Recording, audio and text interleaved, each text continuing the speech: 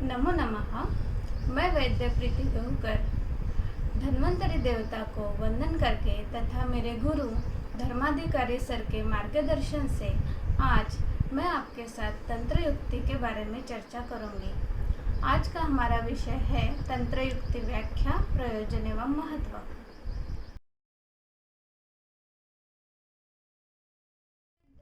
आयुर्वेद का अध्ययन करने के लिए हमें दो विषयों का ज्ञान होना अतिशय आवश्यक है। पहला संस्कृत व्याकरण का ज्ञान और दूसरा विषय है तंत्र युक्ति।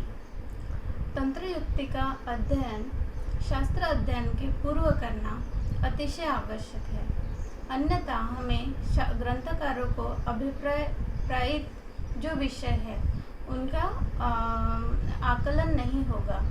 इसीलिए चरकाचार्य कहते हैं, अधियानो अपि शास्त्राणि तंत्र युक्त्या विनाभिषक न अधिगच्छन्ति शास्त्रार्थान अर्थान भाग्यक्षय यथा। जिस तरह भाग्य का क्षय होता है तब मेहनत करके भी अर्थ की प्राप्ति नहीं होती, ठीक उसी तरह जब हम तंत्र युक्ति के अध्ययन के सिवा जब शास्त्र अध्ययन करते हैं तो हमें विषय की प्राप्ति नहीं होती।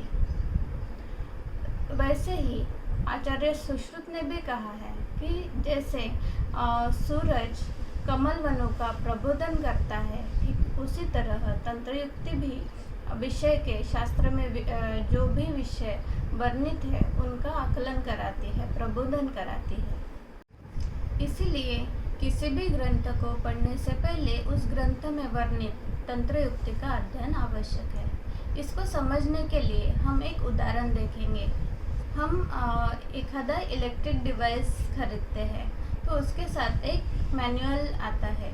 उस मैनुअल में उस डिवाइस के डूज एंड डोंट्स मैकेनिज्म दे रहते हैं, तो हमें उस मैनुअल को पहले पढ़ना आवश्यक है और उसके बाद ही उस डिवाइस को यूज़ करना।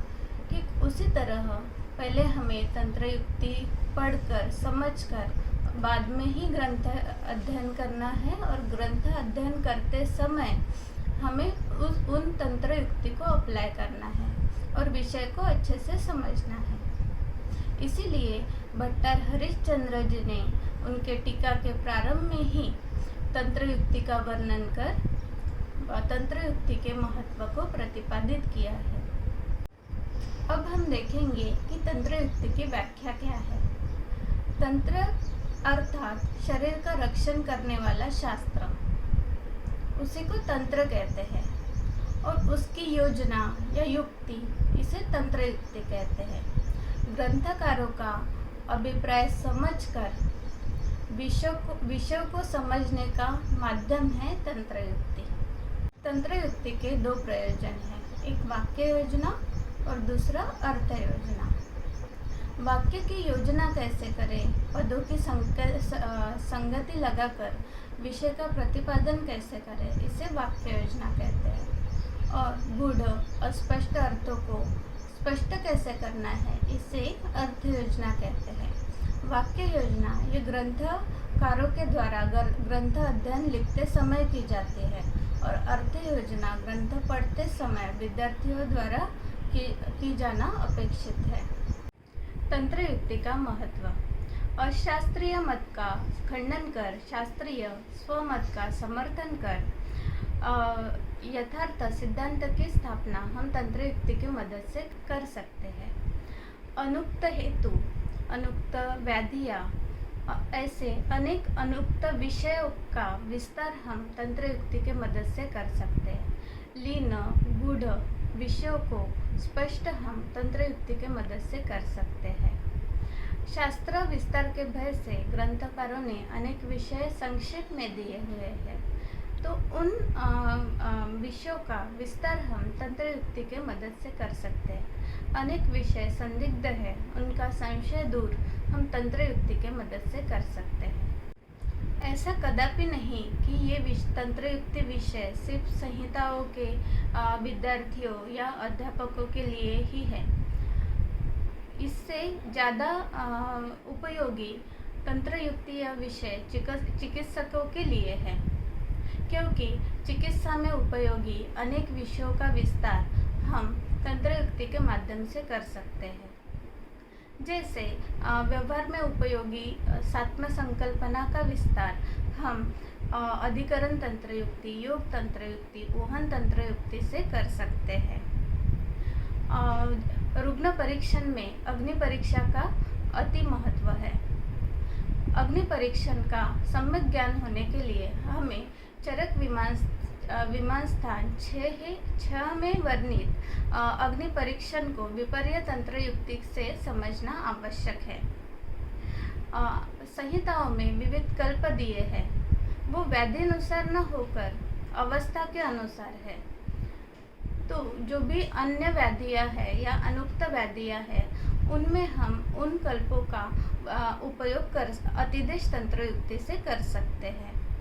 इसी प्रकार पंचकर्म के जो सिद्धांत है, तो पंचकर्म चिकित्साएं भी हम अतिदेश तंत्र युक्ति से या अवस्था को जानकर दे सकते हैं। उदाहरणार्थ तमकेतु विरेचना, इसका अर्थ तमक श्वास में विरेचन देना ऐसा प्रचलित है, लेकिन यह अर्थ तंत्र युक्ति के आधार पर परीक्षण करना आवश्यक है। यह एक अवस्था है जो पित्तानुबंधी है। ऐसे पित्तानुबंधी अवस्था में विरेचन देना उपयोगी है। तो ये इस विषय तक हम तंत्र युक्ति के आधार से पहुंच सकते हैं। इस तरह जो भी शास्त्र में वर्णित विषय है, जो भी चिकित्सकों के लिए आवश्यक है, उनका वर्णन हम तंत्र युक्ति के आधार से बहुत अच्छे से कर उन विषयों को ग्रंथकारों के अभिप्राय के साथ समझ सकते हैं। इस तरह आज हमने देखा कि तंत्र युक्ति व्याख्या, प्रयोजन एवं महत्व क्या है। इसके बाद हम अगले व्याख्यान में अधिकरण तंत्र युक्ति के बारे में पढ़ेंगे। धन्यवाद।